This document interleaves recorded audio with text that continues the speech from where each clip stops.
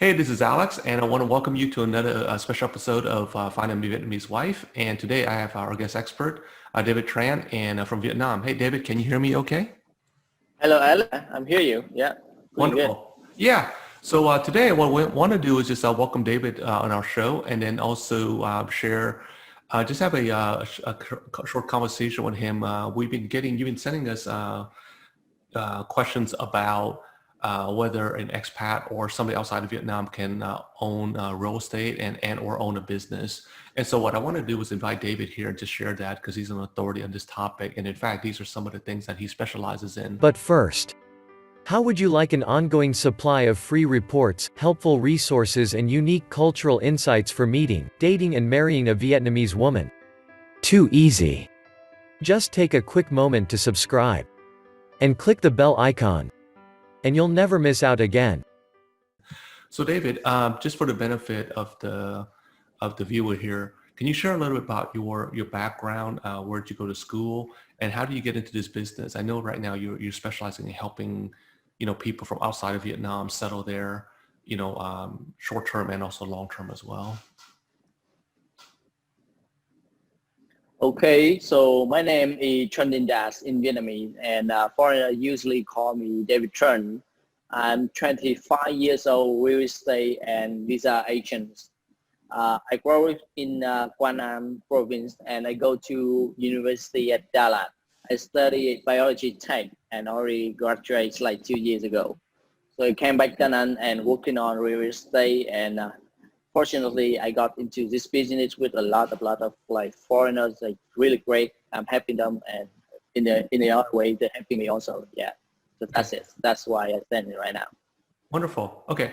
So I'm just going to ask a couple of brief questions and we just have a natural conversations here. So the first question that we've had a lot, we've been asked a lot, David, Vanessa, and myself, is what are some restrictions, if any, for somebody that's coming in from outside of Vietnam, that's a non-citizen about owning real estate in Vietnam? Like if a U.S. citizen, a Australian citizen, or maybe somebody from UK, if they want to own real estate in Vietnam, what are some things that they need to know about? So to own a property in Vietnam, the government just only let the foreigners own some specific area and specific building that's like run by their government, and they are assume that they make sure that the total of foreigner ownership in that resident area or commercial building just around 30% or below 30%. So if a foreigners want to own a property in Vietnam, they had to buy the right property from the right products. That's the government let them have the name on the red book, the land use right certificate. That's we call in Vietnam the red book.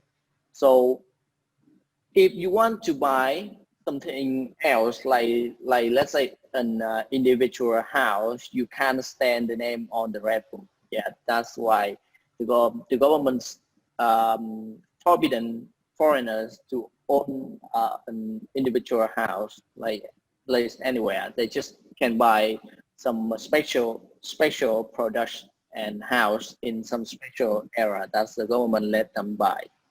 Okay, so I wanted to clarify something here. So let's just say I wanted to settle in Vietnam, right? I'm a U.S. citizen right now. I want to settle in Vietnam. Am I allowed to buy a residence on my own, or do I have to find a spouse there that's a Vietnam a citizen of Vietnam, or can I own that? Can I buy a residence on my own? Can So you can buy resident on your own and own it 100%, but it's just only in 50 years and just only with some specific property. It's not every property. I see. So there's restrictions like certain types of properties, and I think I want to double check. Huh? Yes. I want to double check. It's only also only in certain portions of Vietnam. Is that correct? Like certain designated areas. That's correct. Yes. Okay. Can you elaborate? Like, is it? Yes, that's correct. Okay, so is it only in the major cities, or what if somebody wanted to live? Because we've had a couple of inquiries about people wanting to live maybe outside the major cities. Is that available, or do you have to? Is it only in the major Outside cities? cities, yeah. It's only in the major city. Yes. If you want to own a property outside the city, let's say in the country Mm-hmm. house, Mm-hmm. you can stand the name on the red book, but you can ask a Vietnamese friend to Mm-hmm. stand on the red book for you, and Mm-hmm. then make a subcontract that's Mm-hmm. guaranteed that the Vietnamese friend can take it from you. Mm-hmm. Okay, so when you say the report, do you mean like the title or the deed of the property? I'm sorry, can you repeat Okay, again? so you mentioned the word report, is that correct? So you're saying that they can't be on the report. Do you mean the title or the deed of the property? I don't understand Okay, so I would just want your to, question. yeah, Very clearly. yeah, I want to understand what you were talking about. Like they can't be on, did you say on the report? Is that what you were saying? Okay, They just can own. They just can own in the major city. They can own any house or property outside the city. okay. But I'm saying that my name can't be, okay, if I wanted to buy a property, I just want to double check my name. I cannot put my name on the ownership of the house. Is that, or the property, is that correct? That's correct. Okay, all right, wonderful. Okay, and then you're saying that if I wanted to buy, say, a commercial property, then I can't own more than 30%. Is that correct? The total amount of ownership of foreigner can be more than 30% of total building, which Okay. means like Vietnamese have to own like 70% of that building. Okay, all right. And let's see. Okay, and there, I think you quoted like there's a clause in the, yeah, clause article 71.5. Okay, all right, wonderful. Now, what if so the next question is what if somebody were to marry a Vietnamese citizen? How would that affect, what you just mentioned? So even if you marry a Vietnamese person, you also can you cannot have your name on the red book. You just can. But if you use your money to buy that house, so your wife, with Vietnamese wife, can stand the name of the house, and then you have to make a subcontract that show for the government see that you use the money to buy that house with your wife, not only her money. Yeah. So by that way, everything happened after the divorce or like something unfortunately happened. The value of the house will be divided for two persons equally. Okay. All right. So let's just say that somebody wanted to, need your help with this. Like, how can you help somebody in this specific matter? Like, if let's just say that a U.S. citizen, wanted to marry somebody there, or they just want to, relocate there, just buy a residence. How can your company help in that regard? So I can understand that if the couple want to buy a property, we searching and negotiation on the price first, and we will do every procedure to make their wife stand the name on the red book first, and then we will make the subcontract between the wife and the husband to make sure that like they're both values is the same. Yeah. Okay. All right. So the other question that I know I've gotten, and Vanessa and I've gotten, is we've had some inquiries about what if I'm a foreigner, again, usually U.S. citizen, UK or Australian citizen. What if they wanted to go there and start a business, like maybe open a shop or something like that? What are some restrictions, if any, about that? So for now, Vietnamese government very welcome international investor here in Vietnam, but the restrictions you had to provide that's like prove that you had like 3 billion Vietnam dong can be in another bank account, like international bank account. You don't need to move it to Vietnam. We just need a certificate of your money on your bank account, and that's it. You have to prove it. Yeah, that's the only restriction in Vietnam that the owner of the business need to know. Okay, so 3 billion Vietnamese dong. I'm trying to convert this. It's about 24,000 right now. So they need to prove that they have $125,000 US in an account somewhere. Is that correct, approximately? That's correct. Okay, all right. And so That's correct. That's okay. correct. So that money, or whatever the local currency is, right? I mean, British pounds or whatever. So the idea is like if they have, they can show. That's correct. Yeah. 100. Okay. So, okay. And then and you mentioned here there's an easy option. The easier option is to have it 51% owned by a Vietnamese national, and then 49% owned by the non-Vietnamese national.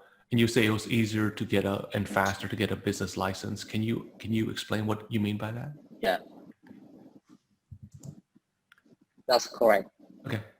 So by this way, the Vietnamese government just considering this is a Vietnamese company and has like an involved of foreigners person. It's not 100% foreigner owner, so it will be much easier, and the task will be much easier to do. The license will be much easier to get. Like it's everything easier if they do this way. But like yeah, the 51% of the Vietnamese can be concerned if the Vietnamese person not the right person, if you know what I mean. Sure. Okay, but if I wanted to, I know it would take longer and it's more complex. But if I wanted to, can I have a business that I own 100% of, as a non-U.S. as somebody from outside? That's correct. Yeah, you can. But it just takes longer. You can. But it would take longer and takes more money. Yeah. Okay. All right. But it is possible. It's possible. Yeah. Okay. All right. Okay. So I guess then as we're wrapping up here, so again, same question, right? Like what are some ways that you and your company can help somebody if, say, one of our viewers wanted to come and if I'm interested in starting a business in Vietnam, well, what are some ways that you and your company can help in that matter? So the first I will mention like I highly advise us the customer goes through Vanessa and you first to see if like they fully understand the Vietnamese way and the Vietnamese culture to easier to do and set to their life here in Vietnam. So by that way, through you and Vanessa, the client can come to us with like they already understand about our culture. So our business with them will be much easier. Thus we can help them. Yes. Okay. All right.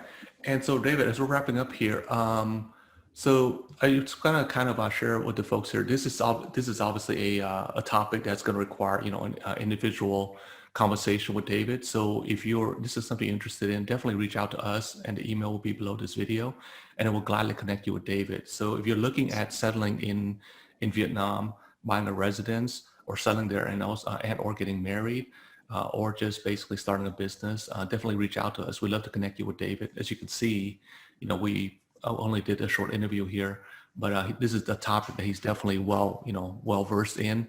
And because, you would need somebody like David to be bilingual to help navigate, the issues that are going to come up. Trying to do this on your own, I think it's going to be extraordinarily complicated because there's a lot of laws, regulatory issues that you need to know about. Okay. So this is Alex. David, I really want to thank you on behalf of myself, Vanessa, and our viewers for sharing this. And I'm sure we'll be getting some inquiries about this. And then when we do, we'd love to look forward to having these conversations with you in the near future. Okay. All right. So this is Alex signing off, everybody. And again, David, thanks for being here. And I'll see you in the next video.